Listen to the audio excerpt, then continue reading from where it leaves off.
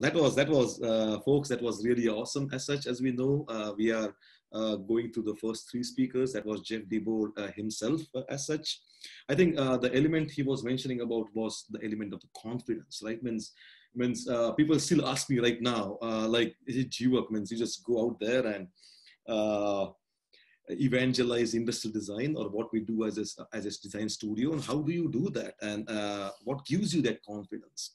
I think there's only simple answer to that. I just go around and start knocking on the doors and let them know what studio can do, only because I know behind me are two brothers, Gray Parker and David Them, our chief design officer and our chief technical officer. As such, they can literally solve any problems. Again, it sounds like I'm selling our design studio, but I'm trying to talk about the confidence over there. The only reason I can go out there is because you always have people, not only them, but the entire team behind you, who can say, okay, you go and sell anything over there, buddy, and we will make sure we will make it happen. And that kind of an chemistry going back and forth, like, okay, now we never know as a design studio who walks in, right? Or which category comes in. It might be a beard trimmer. Yeah, we worked on that, a weight machine, or a weight loss machine, transit systems as such, mobility, anything.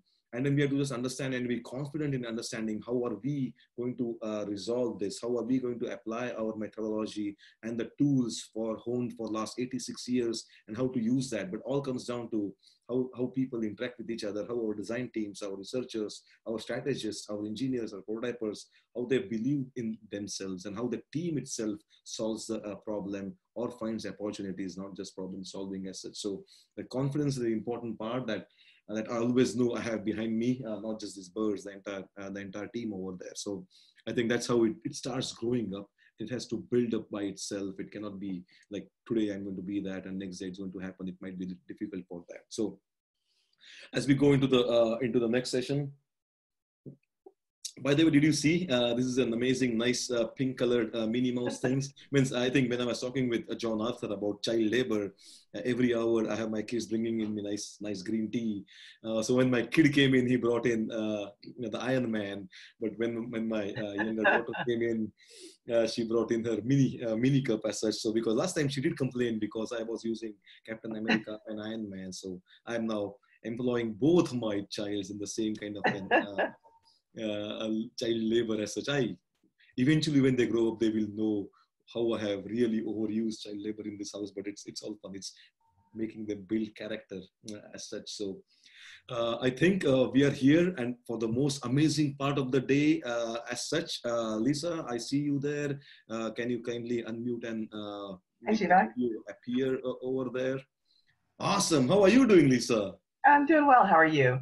Hey, so far so good. It's been an exciting afternoon. I'm just enjoying. Means there are so many different facets of perspectives, and I would say vantage points, that I'm just my notepad is still going crazy over there, and I hope it will happen similarly with you. How have you been doing? I've been doing well. It's funny. I've been listening to all of these presentations, and there's so much in common from a branding standpoint with what all of the design speakers have talked about as well. So it's been something that's brought back some memories, given me some ideas, sparked some things for me. So it's been good food for thought. Awesome. No, we'll jump into a discussion as such. But before we go into a discussion about brand or consumer insights or something, tell us something about yourself. What do you do for fun, Lisa? Well, I would say over the last few months during this shutdown, I've been doing a lot of walking and hiking. I realize that's one of the things I've missed the most, is just being outdoors in the fresh air. And since, there's less commuting time and all of that, I have more time to really do that.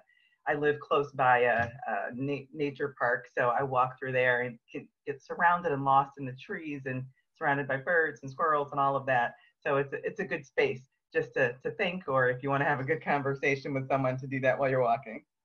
You're right, means I think it resonates. John Muir's quote as such, I think I'm going to paraphrase that.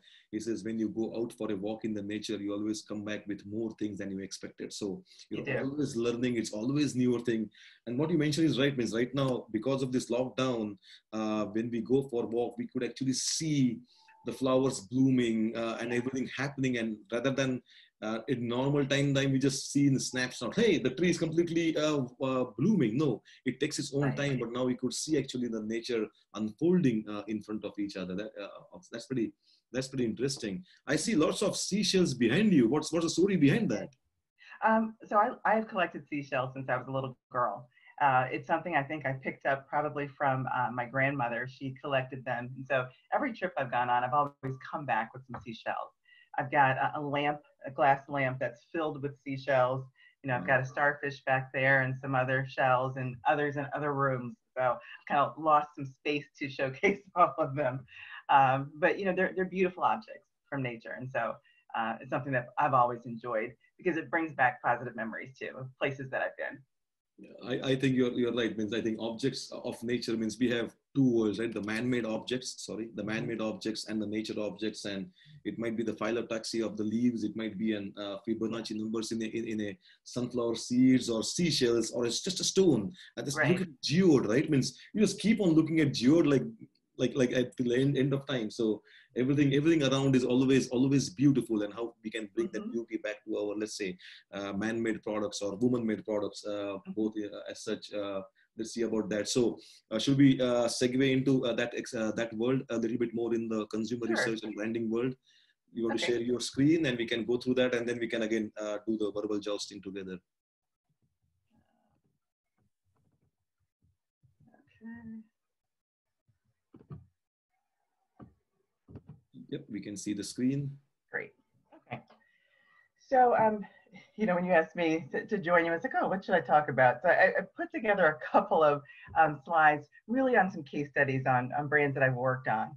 And my background actually is I started with Procter & Gamble in brand management and had the opportunity to work in healthcare categories, both on the pharmaceutical as well as the consumer side, and then moved into our global beauty care business, working primarily in cosmetics, which was a great category because there's so much emotion tied to how we look, and it really does have a big influence on how we feel. Yeah. From there, I started working on front end innovation in that category. So thinking about, you know, 5 years down the road, 10 years down the road, what would be that next innovation for the category that would resonate globally for consumers. And somewhere in there, I also did a little bit of shopper marketing, working with our key customers at retail to understand how they could best serve the consumer, not just by placing products on a shelf, but by solving needs and creating more solutions within stores. And so that's where you see things like when you go into grocery stores today, you kind of take it for granted that there might be a baby care area, not just an aisle that only has diapers, but it's the whole solution for how you care for your child. When I moved to Michigan in 2008, I was working with Velasquez. So I switched from a B2C to a B2B company. And they were just getting ready to launch their first consumer brand. And so that's the case that I'm going to talk about because it also coincides with another time in history recently when I think consumer behavior started to be impacted a lot by what was happening in the world. That was 2008, 2009. And where did you come in from Michigan? Which state you came from? I came from Maryland. So I grew up in Washington, D.C., and the Okay. cosmetics division was actually based in Maryland. Oh, okay. And then I'm currently, actually after that, I went into nonprofit. I wanted to really spend some time working in that, you know, for good space. And so that's where I met you at the Michigan Science Center, Yep. working on a project there. And then right now I'm working with Lazy Boy in the retail industry. So one of the things I can say, and I think Jeff talked a little bit about this, the process that we use for uncovering consumer insights is really similar regardless of the industry or category or brand that you're talking about. It is about being curious. It's about kind of challenging any preconceived notions that you have. It's about being courageous enough to be willing to change. Sometimes that becomes the hardest part for people if they get stuck. And then communicating and over communicating so that you can collaborate with other people because nobody does this alone or nobody does it well alone. Let's put it that way. Okay. All right. So when I came to Velasquez, I mentioned they were launching their first consumer-facing brand. Velasquez was a $2 billion promotional marketing services company. And it actually was best known for what was called the freestanding insert in the consumer packaged goods industry. It's known as the FSI. By consumers, they knew it as the coupon book. It was delivered weekly in the Sunday paper, but it actually didn't have any brand name associated with it. It was just a collection, an aggregation of discounts, deals, and promotions from a variety of different companies. And so this was an opportunity for Velasquez to put a personal mark and brand on this. And so it was Red Plum. And it was all about delivering value to consumers when where they needed it most. But at the time that the brand was getting ready to launch, as I mentioned, it always was a time when we were getting ready to enter a financial recession. And so on one hand, yes, value was top of mind, but on another hand, some of the key drivers of consumers' interest in saving money wasn't what we thought it was just a year earlier. So yes, everybody likes to get a little bit less of a discount on something, so or a little bit more of a discount on something, so they feel like they've actually won the game. But we did some deep dive research to really understand more about consumers' emotions and attitudes. And what we found is that for most consumers, value really meant being able to have peace of mind. It meant being able to continue to provide the best for my family, being able to have financial freedom to make some different choices about what I do in life. It meant confidence in my future. And so with those insights, we actually repositioned the brand a bit to be about owning the value lifestyle, because it wasn't just a thing anymore. It wasn't a coupon or a deal. It was actually a lifestyle that we were trying to help consumers create. And we knew that we couldn't do it on our own. As a brand that was, kind of the first consumer-facing brand for this company, they had never really invested a lot of money behind themselves.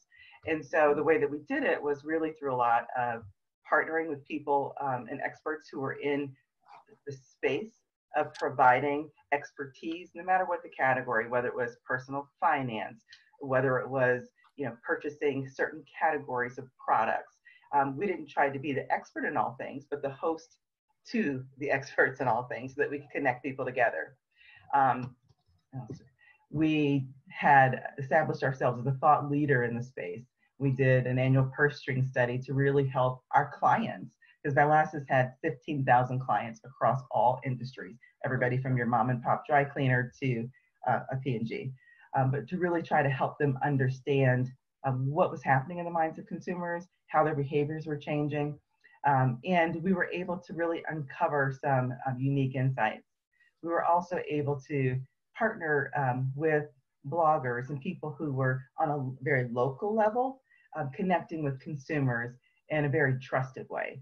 And by bringing them together kind of into this collective with us, we were able to have a much more powerful ability to communicate to consumers and to connect on an emotional level. We also expanded our digital presence as well. So it wasn't anymore just a company that was doing things in a print product, but also online. And our biggest results was that our Red Plum became a household name. In the first year, we created 80% brand awareness. It became a sought after brand. We definitely had the benefit of being some of that mail, as Jeff referred to, in the mailbox, yeah. So that we could reach a lot of households. But we captured 10 billion impressions because we were able to do really quality social engagement. We also created a subscriber base within that year of 700,000. Those were people who said, yes, I want to do more to be able to live the kind of life within my means, but without limits as much as possible.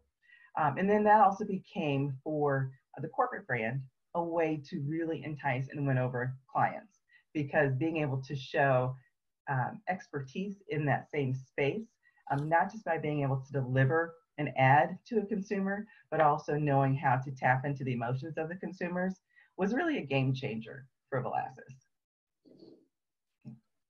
And I'm gonna switch gears a little bit, because at the same time that we were launching the consumer brand, we were repositioning the corporate brand.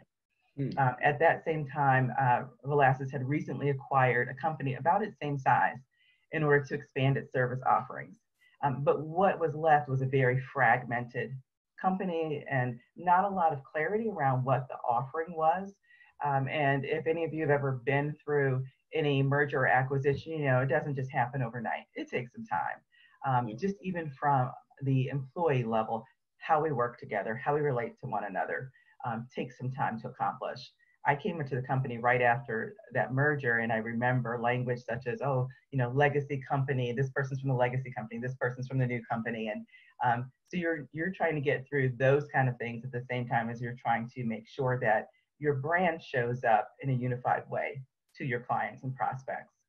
And so again, we did some deep diving into client research to better understand perceptions and strengths and opportunities. And there were a couple of key things that quickly emerged. One was that there was very low overall awareness of Velasas.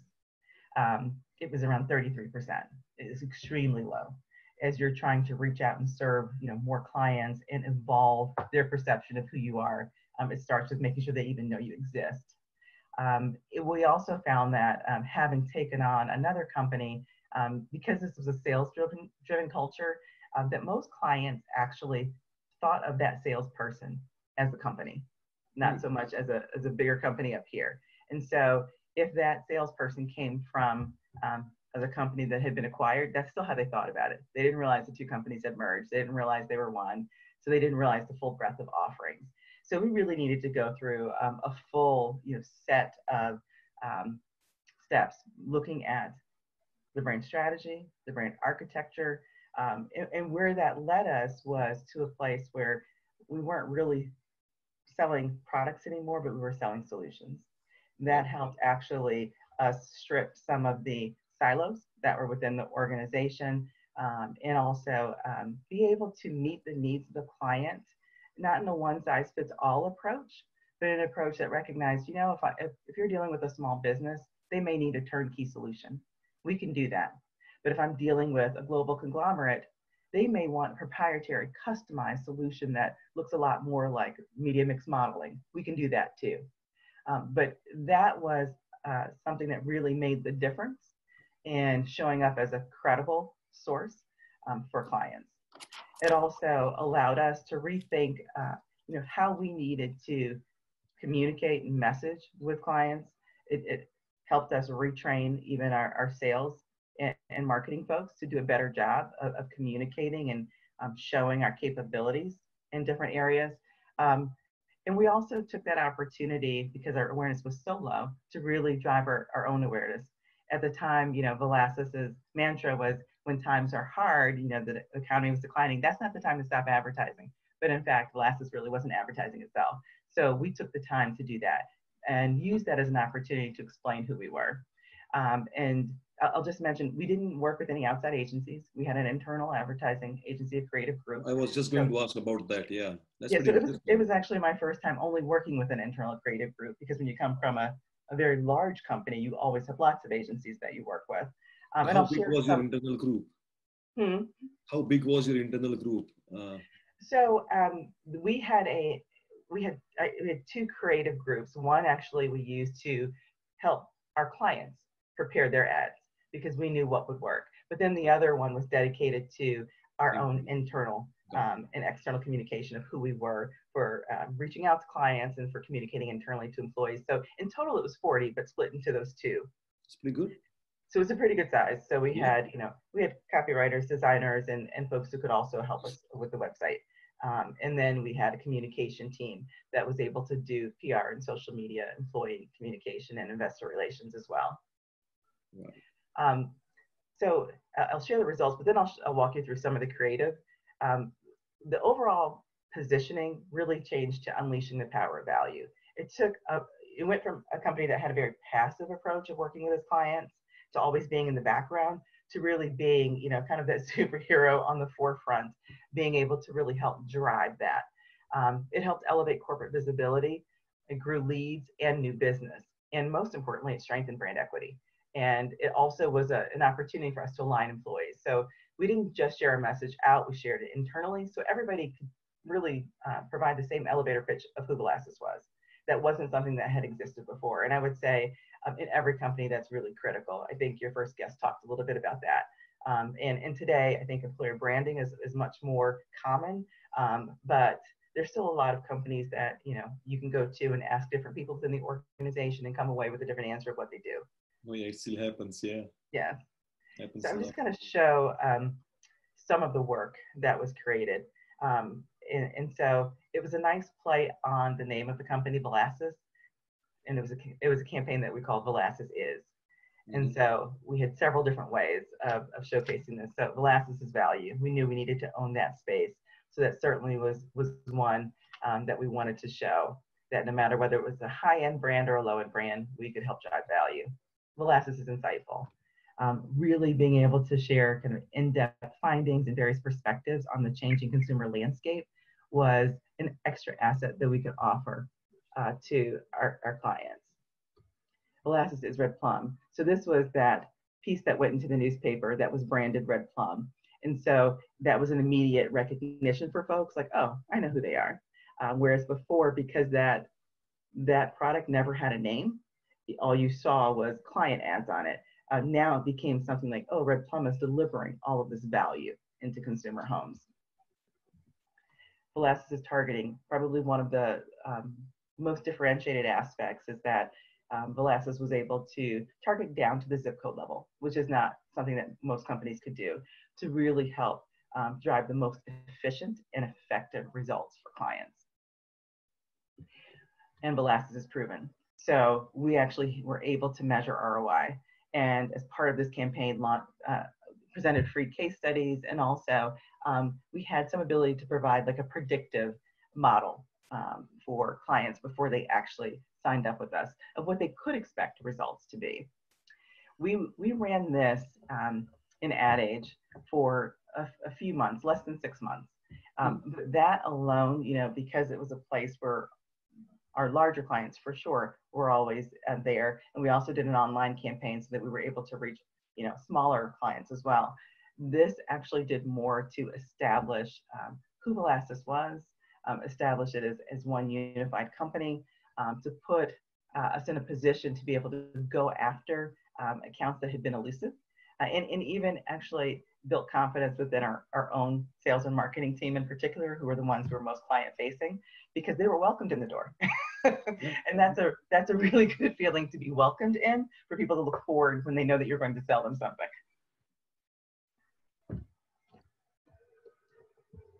Now, I wanted to add this slide because insights aren't static, and I think everybody knows that, but truly, you can't assume that the way your consumers or customers feel today are the way they're going to feel a few years from now. Or you can't assume that something like COVID-19 won't happen, or something changes in your landscape, a competitor comes in, something changes that either threatens or propels you to move from where you are. And there are opportunities in technology that happen all the time that allow us to consider how we might do things differently. So fast forward 3 years, and Velasas had made some additional acquisitions to expand and strengthen its digital offering. It was a little late to the game. It had dipped its toe in really early and taken it out, and then come back in 10 years later, so it was now behind the curve. So it was doing acquisitions to really help shore that up. That also coincided with the consolidation that was occurring in the print industry and newspapers in particular, as well as in direct mail. So it was definitely more than just an opportunity, it was a need to move the company forward and think about a longer term vision.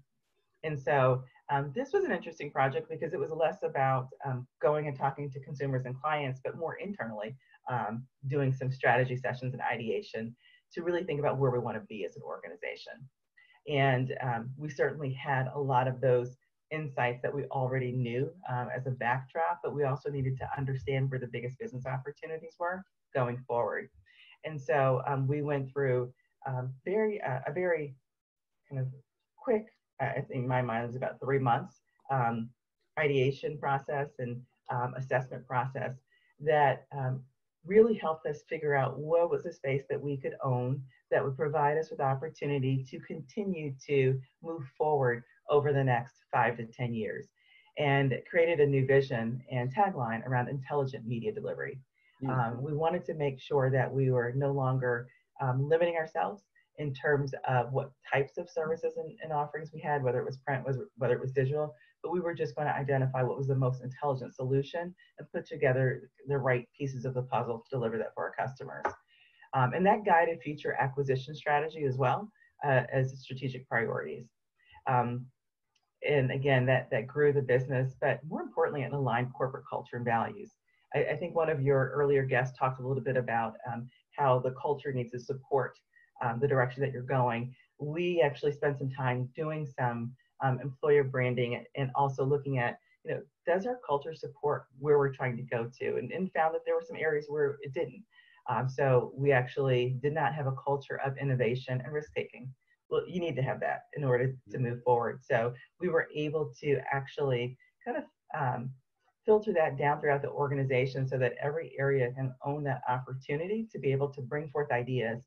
And of course, created the kind of environment where people, were not punished in any way for ideas that seemed odd, or seemed like completely out from left field.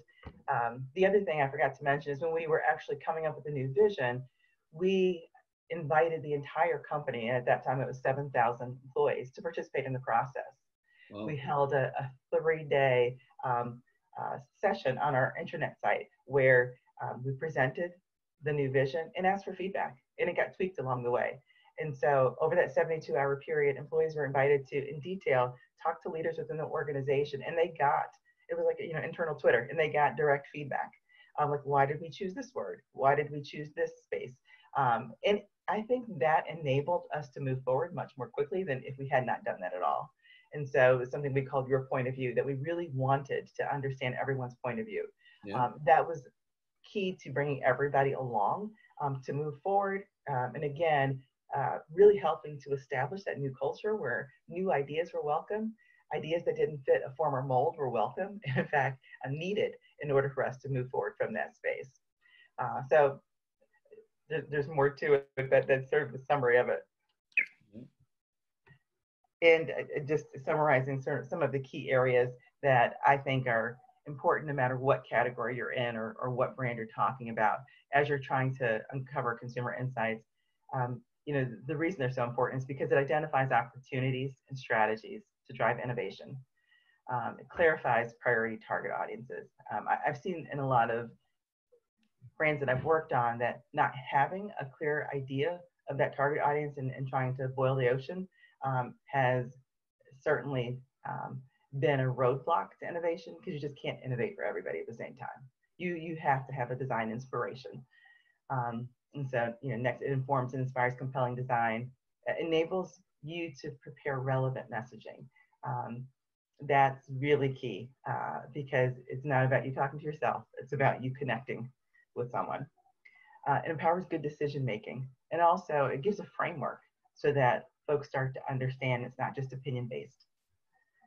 It helps drive brand engagement and activation. There's a lot of discussion, I think, in your first presentation about the consumer journey map. That's really important from a marketing perspective as well, because if a consumer is in the discovery phase, you will probably meet them in a different place and speak to them in a different way than you would if they're further down in the funnel and getting ready to make a purchase. So being able to know where they are in the funnel and how to speak to them at those various aspects is incredibly important. It helps you be more efficient with your marketing dollars. And the ability to rally an organization around a common point of view and a common target also helps ensure success. That's beautiful. Thank you again. Thank you again for this, Lisa. And as you know, we are all in our room, so it's very difficult to hear the applause as such. But that's really lays down the element, the land of about the cross connecting also of design and marketing and branding and strategy. Everything is so nicely connected with each other. You cannot take one thing from another. So when people have things like journey mapping, the designers might use a certain way.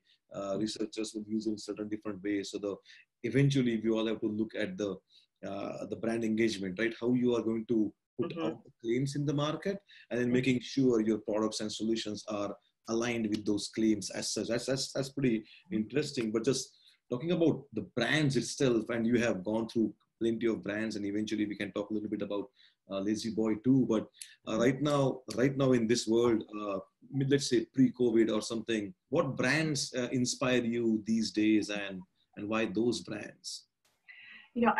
For me, the ones that inspire me the most are the ones that are using their platforms to engage in social causes and missions beyond just what might be their core category in which they play. if you're familiar with Always, it's a feminine protection brand, but they had a campaign, I think a year or 2 years ago, called Like a Girl. It's Always. Always. Okay. Yes. And so their Like a Girl campaign had nothing to do with promoting the brand, but it was about addressing this societal belief that, like a girl actually had a very negative connotation. And they created this, it was almost like a YouTube video that was probably 13 minutes long originally, that it was a short research with both girls and boys, young ladies and young men, asking what it meant when someone said like a girl. And as they talked to older males and females, what they heard back was, oh, it means that, you're not doing your best. And so they even did, what if someone said run like a girl? And so they started running in crazy kind of ways, and not serious, not competitively. That's what it meant to run like a girl. But then they did the same exercise with elementary school age girls. And they got a very different response. The girls were running really fast and trying really hard. And they said it meant to do their best. It meant to basically be a champion. But somewhere along the way of life, around middle school age, girls started to adopt this mindset that like a girl was a negative connotation. And so they wanted to open up the conversation to change that. That is quite interesting way, like a girl. Means it's pretty unique itself, right? Means I do not know whether I shared this with you, but I like OCR, obstacle course running. So you run a little bit, then you do an obstacle, and obstacles are sometimes crazy, sometimes fun. It might be jumping in a pond, or going up a rope. One of the ones I do is Spartans, and one of the obstacles they have is to throw a spear. You have to throw a spear at a target 25, 26 feet away or something. So coming back to like a girl, in our group, we have actually a trainer, and she is an ex-Marine. So she is kick-ass girl. So she's our leader of our troop, right? Means she trains us, and she makes the training so hard that the actual race becomes a celebration, and that's why we love her in the way she brings out those things in the training. But everybody has an Achilles heel, I would say, and for her it is the spear throw. So this is where it happened. Means we were practicing spear throws. Means nowadays you can buy anything from Amazon. I ordered a spear, and we were practicing in the backyard, just getting bales of hay and practicing it. And everybody was killing it and nailing it, except her. And literally, I said, "You are throwing it like a girl." And she is a girl. She's a big-ass U.S. Marine. But when I said that, and she looked at me like, she literally said, bleep you, but I am a girl. You're like a girl. And so we knew what it was, but you are right. Means even I just did this last year, and the connotations change, I would say, not just in an age demographics, but also in the context also, right? Means she would have slapped me, but we are friends.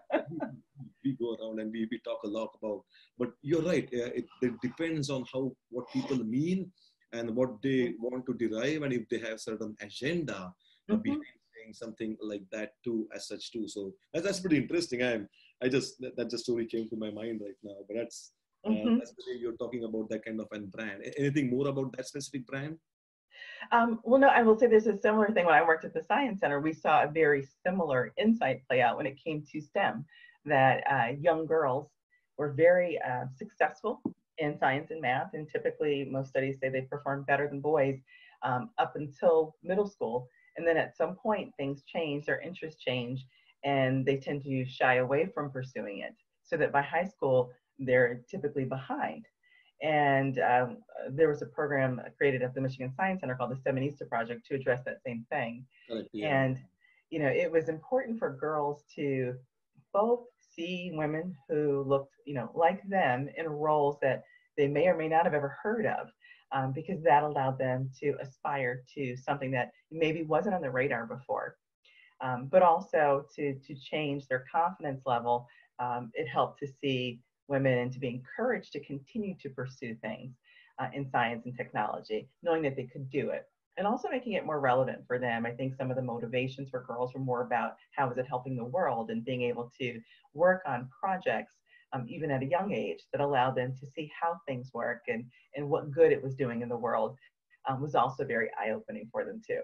That is pretty interesting. I do not know whether in your research in extracting those elements from elementary kids, young men or women or older ones, where it came out where, like, on the other respect, right? Means for me, my mom, she was a warrior. Means absolutely diehard warrior. Means I'm no way as strong and risk taker and as hardworking as her. Means she was a single mom. My father lost in an accident, but she raised three kids all by herself. Means this was back in India, absolutely intelligent and a warrior itself. But she's still a girl. Means I would never think like a girl in that context. So in your research, when you talk with the matriarch of the family or a strong figure, maybe a grandmother typically of a family or a mom of a family did those things come out completely other way to see like I want to be like her? Did also it come out resoundingly strong too in some cases? That's an interesting question, because I think in many cases they did see the strength, in their mothers.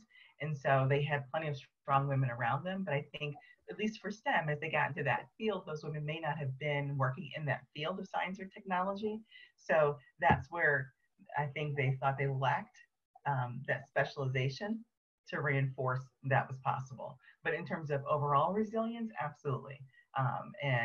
Overall strength, yes, they looked up to their moms for sure. But there is a societal pressure around them saying, this kind of like a girl was kind of weighing down maybe on some of their aspirations. That's pretty interesting too. Any other brands that come to your mind? Means latest the brands are telling a different story, and earlier they used to stand for the product, now they stand for a lifestyle or your aspirations, perceptions. Any other things that come to your mind? There's another one, Athleta, and I don't use the brand, but it's women's athletic apparel. But I think they stepped in the middle of a controversy with female athletes who were not being given maternity leave and being paid the same on maternity leave, which seems like really ridiculous. How could that happen, that you're a professional athlete at the top of your game on a global stage, but if you decide to have a baby, then your contract somehow changes because you're not able to compete during that period of time, or they were encouraged to get back into competition very quickly. And so it really started to, I think, become something that was highlighted in the track and field arena.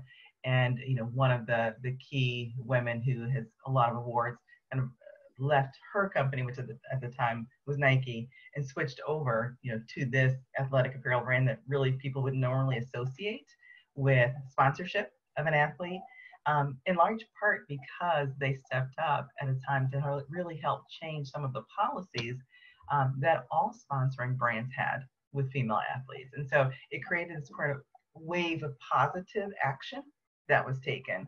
And then another one is not so much a brand in itself, but a group that is collaborating with brands to try to make sure that they're doing more to change the world for good, and that's sustainable brands. You may be familiar with them. They had their conference in Detroit last year.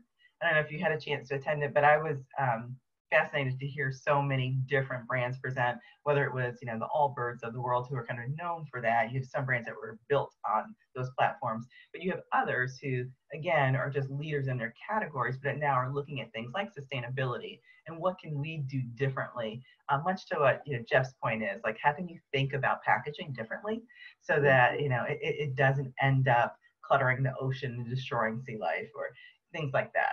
Well, that's interesting. I know of that conference which came to Detroit. I did not attend, but Lania who did attend that, and she also, I think, resonated with the same elements about different kind of stories that were at the conference as such. Talking about the pandemic as such, right? Means this pandemic itself has asked us or forced us to try out different products and different services, whether willingly or unwillingly. Have you tried any services that was completely new and now you love it or hate it? Anything that you are trying in a different way? I tried a few. Funny enough, I had never actually done grocery delivery before. It just, for me, it was pretty convenient to always pick up groceries. But I ended up doing a whole food order because it's not that close to my house, and I really, was not going out that much anymore. So I did that. I'm already an Amazon Prime member. Now, the only thing that was frustrating is it took me a very long time to be able to get in the queue, if you will, because I guess so many people were overwhelming the system. But the actual experience itself was great. Um, I don't know that I would use it all the time, but I would probably use it for Whole Foods because it's not my primary shopping place. So, I no longer work near one, so I don't have to go out of my way to get to one. They'll just deliver it right to me. The other thing I tried was my doctor appointment. I had one scheduled and I kept it, but I did it via video, and I had never done that before. And it worked very well because I didn't need to be examined per se. I just needed to talk through some results with my doctor. And so I found that to be as good as being there in person. I would probably prefer that because it saves some time. I got the same level of care and attention as I would have before. And I think that's one of the industries that's seeing a lot of growth is telehealth. Yeah. And the predictions are that much of that will continue post-pandemic. I completely second that thought. Means I would never imagine not going to a doctor, but in cases like this, you're forced to, and you can see like you can do the first screening, and then if he or she says like you have to come and we can check it, yeah, then it goes to the actual in-person visit too. But that's pretty interesting. And talking about these newer products or services, we have a question from Anthony. How prevalent is accessibility as a design consideration when building a new product or service? I think we have to still cloak this in the world of branding, but the accessibility in the branding when building new products or services. Any thoughts about that? That's interesting. I mean, I do think it is important. And we probably consider it more when we have products that are geared towards certain demographic audiences. And it doesn't mean that that's the right way to consider it, but just being honest, I think that's naturally the way that we consider it most. So if we are working on a product that is geared towards an older consumer demographic, accessibility, how they use it, how they store it, how they even shop for it are all very important because it's not necessarily going to be the same way. So as much as, I might like the ease of online shopping, accessibility may not be the same online if you really need to touch and feel and experience the product. And depending upon a consumer's need for someone else to help them to use a product, if it's an older consumer and there's a caregiver in the situation, you're now not just talking to the end user, you're also talking to someone else who might play a very pivotal role in that purchase decision. So understanding that person's role and their beliefs and their level of participation in using that product are as important as the end user in that case. That's a beautiful answer. I like that. As you're talking about the products and the brand over here, I should ask you a loaded question. It is loaded, so that's a disclaimer. When we talk about anybody, like CEO, strategy, anybody talks about creating new solutions. Yeah. Immediately at that time, how should we start thinking? Should we start thinking from a product perspective or a brand perspective? What thoughts should come in the mind first? Means I'm a designer, a product maker. You are a branding person. Yeah. So it's a kind of it's not. What would be your answer for this? Well, I'd probably start from the consumer perspective and let that be the guide. So there cannot be a safe answer. You have to choose one, and there are only two options. So what I will say is, like when I have my pen and we start designing a product or a solution, it might be a sketch, it can be a strategy too. I should be thinking about the brand and what it stands for, or I should think about the product and its usefulness, usability, or I mean, it is a loaded question, by the way. So, well, I was only kind of joking, but I think you're always trying to figure out what problem are you solving? Like, what is it good for? You can design a lot of beautiful products. We used to have this expression when I was at P&G that sometimes we'd be on the receiving, as marketing, we'd be on the receiving end of products that were good for camping. That very limited use. Those 2 times a year when you're camping, that would be great. But because we were in consumer packaged goods and selling short, frequently turned products, they weren't necessarily the most desirable results. So being able to solve a consumer, deliver against a consumer's need, whether it's, it's expressed or unexpressed, and you figure that out along the way is really important. You can take a good product and figure out whether or not it aligns well with your brand, what your brand stands for, and position it in that way. So in that sense, the product will come first, but what inspires that product should be delivering against some kind of need. That's a beautiful answer. I'm glad. I'm going to write down that answer. That's a beautiful answer. You know what, Lisa? You're a branding expert, but you should be an advisor to, you should stand for election right now. We're talking about presidential elections. And the answer you gave, I think you made both the design community happy and the brand community happy. How can you do that? Arika, Well, I love both. no, you love both, but I think you did not alienate any constituent, a designer or a branding people, because that's the people say, just as the Yeah. designers and engineers have attention, there's a design and branding Mm. too, but you should be a brand advisor to the next presidential elections. It's actually a good segue. I think I had mentioned to you that kind of during my time at home, somehow I was searching for something on Etsy and came across a picture of these bowls. And I actually didn't know much about the bowls, except that they were bowls that my grandmother had given me about 20 years ago. And when I saw them, they immediately caught my eye because my grandmother just passed away on New Year's Eve, at just 10 days shy of her 102nd birthday. So, certainly nostalgia has reigned during this shut at home time. But when I saw these, I did a little bit more research about them and learned that they were designed by Massimo Vignelli, and they were vintage now. And it's quite hard to find the colorful versions of these bowls. But, this is an element where, for me, this is just a really simple, beautiful, functional product. I didn't know the brand Heller, even though it's on the bottom of the bowl. I wasn't familiar with it, but it attracted me. And these were created either like 1964 or 1967, and they are still as appealing today, I think, to people as they were then. For me, there's certainly some family memories associated with it, but also they're durable, they're all purpose, they're very simple in design. They stack neatly, and I think that was part of the design challenge. How can you not take up so much space in people's cabinets? They probably didn't have these huge kitchens, in the mid 60s to be able to create things that sprawled out. So, this was melamine, and it was very durable. I used it with my kids for cereal bowls, for snack bowls, for movie nights, and so much that mine have seen better days. So I bought a few more. And I actually, I have some nearby. So there you go. Yeah. Pretty yellow one. And it has like a very simple finger hold. It's perfect for little kids when you think about it, to open top and close them. So this is an example of a great design that was not inspired by a brand per se at all, but it was inspired probably by a need to create something that was both functional as well as beautiful in the household products category. I don't think the use of plastic was that big at that time. And so they were perfect picnic party places. That's a beautiful example, Lisa. Means, as the slide says, a good design lasts forever. It sometimes you do not have to rely on other kind of an appendages to let's say bring out the best design. If it is completely squeezed in the product itself, and that's a classic element. I'm glad you got it and you could actually have it on your desk. That's a pretty interesting example of industrial design. It's not just have to be overtly gaudy or let's say ostentatious kind of an eccentric design, or to be different.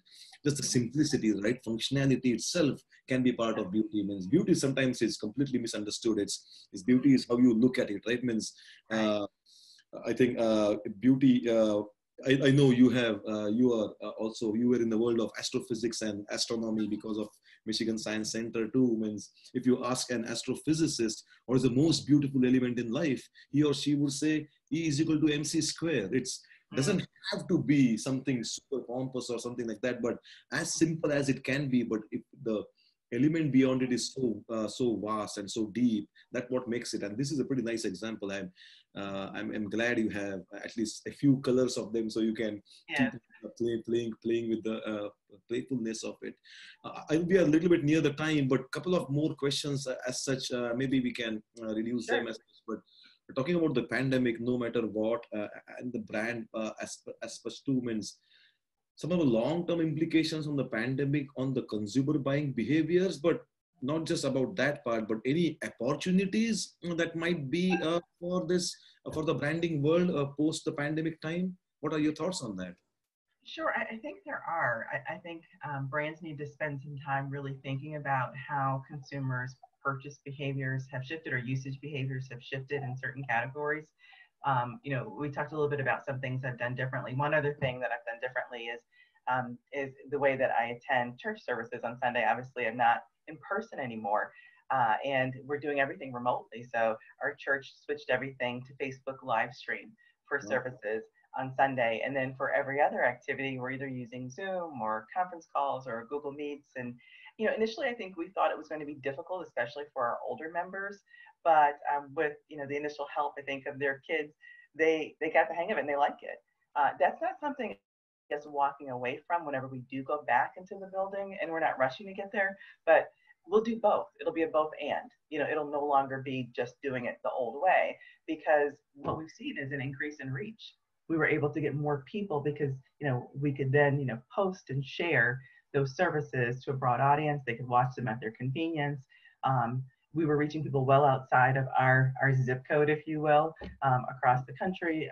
And it allows people who might have other competing needs for that particular time of day or day of the week to participate and feel a part of something and still be able to receive something that nourishes them.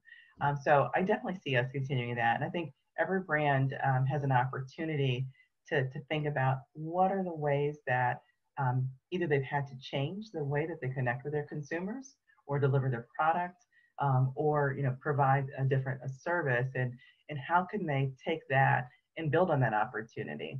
And so for us, even being at home so much, I think at least I have done a little bit of Marie Kondo myself, not as much as I'd like to, but it's helped me think about my space that I'm in a little bit more.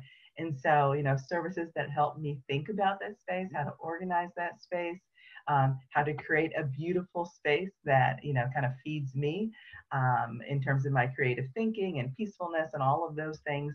You can do those remotely. You don't have to do those in person at all. So really understanding also too, like where your consumer is in that customer journey is going to be important, because as we go forward, everyone's going to have, some residual fear of things. Knowing kind of where those pain points are will help you respond to them with the kinds of signals and cues that will help consumers feel comfortable, or may lead you to a completely different business model. Yeah, that's beautiful. Means it's what you are also means about the branding and opportunities. I think what I'm hearing is we actually, with this, let's say, Zoom meetings or for things that we are not accustomed to, what we actually are doing, you're right, we are actually allowing now the brands to come inside our living rooms and our bedrooms or basements, literally through these virtual connections. Such it might be for a church service, or it might be learning from a school, or doing business as such. So it's pretty interesting that we are allowing them to literally come and follow us inside our house, and then how those brands are going to make some more meaningful connections, and not over bombarding you with, as we're talking about, garbage mail or junk mail, but something interesting as such. That's pretty beautiful as such. I know we are a little bit on the top of the hour as such, but as I've been asking each and every speaker as such, Lisa, you have done some amazing, beautiful career, amazing brands as such, from Red Plum to P&G, and now to Lazy Boy as such. Any I would say nuggets of wisdom for the young ones on the audience as such, to see what you might have learned on the hindsight, and how they can, let's say, have a cheat sheet from you to see how they should look at this newer opportunities as we go forward with. Anything from those perspectives? Certainly, just from a personal perspective, I've always been curious. So, having the ability to learn, no matter what the environment, I think is one of the things that has driven me to seek out, different industries, different categories, and be willing to go across those, and not being afraid to kind of go outside of your comfort zone is really important. And I think always looking to collaborate. All of my best experiences have come from a willingness to work with people who have a different point of view than me. I think that's really important. I believe iron sharpens iron. So never walk away from something that seems a bit of a challenge. Challenge yourself. You'll grow from it. It may be painful at times, but you'll grow from it. Um, and certainly just being open to those new experiences is really helpful. I love something that Jeff said is, just not being a passive participant in things, always being, personally engaged, even if it's just observing the world around you and taking that in and thinking about how that could be applied to something else is really important. That's beautiful. Awesome. That actually really takes care of the entire day and wraps up in a pretty nice kind of in summary. Thank you, Lisa, again for joining us and sharing your time with our audience. But as we say, we cannot hear the audio, the clap. Maybe I should invent a small audio machine as they add that in the Tonight Show or something like that. But it was great. Always let's try to keep in touch and enjoy your rest of the day and see you for the next sessions too. Okay, Jivak, you too. Thank you. Thank you. Thank you, Lisa. So once again, folks, we are at the end of our VDC part 3. It was really amazing to have this different perspectives and views from Creed from Bridgestone, from John from John Deere, from Jeff from Sundberg-Ferar, and Lisa from Lazy Boy as such. And I think we went around kind of in different perspectives from branding, from design, evolution as such.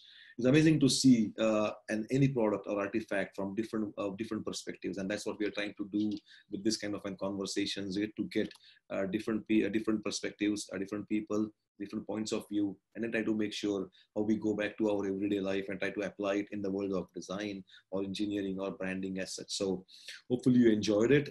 We are already planning and preparing for our next one. It will be again the last Wednesday of the next month as such. Before that, I think as Lanea did send a link in the chat box, we also have another, the third run of our Tonight Show for industrial design thinking. It's going on its own kind of an amazing life. I'm biased, but it's pretty enjoyable. It's enjoyable for me to put it together, and we talk about the back room, behind the curtain elements of what happens typically in a designer's mind or how we look at things. So if you're intrigued or if you want to, feel free to register for that. It's always free, or it's going to be free as such. But thanks for your time. Thanks for your questions coming in, and feel free to let us know the questions for the next one, or if you want to suggest any speaker, or you want to suggest any kind of a domain category or for a product or services, let us know. We are just grateful to be working with many of these companies and potential clients as such, so we can try to get the right kind of an audience that you want to go forward with. So having said that, thank you, and keep on the questions coming. What you like, what you want to add, any suggestions. We're always open to learn. We're always, as Lisa was saying, always learning. We want to. Right now, we are doing whatever we can through the Zoom and I would say virtual products as such. But if you are privy to any other format, we can try to always experiment, and that's what we always believe in. We are okay in the world of uncertainty and unknownness, and let us know. We will try to build something together and just have fun and try to learn things about the way. Having said that, thank you, everybody.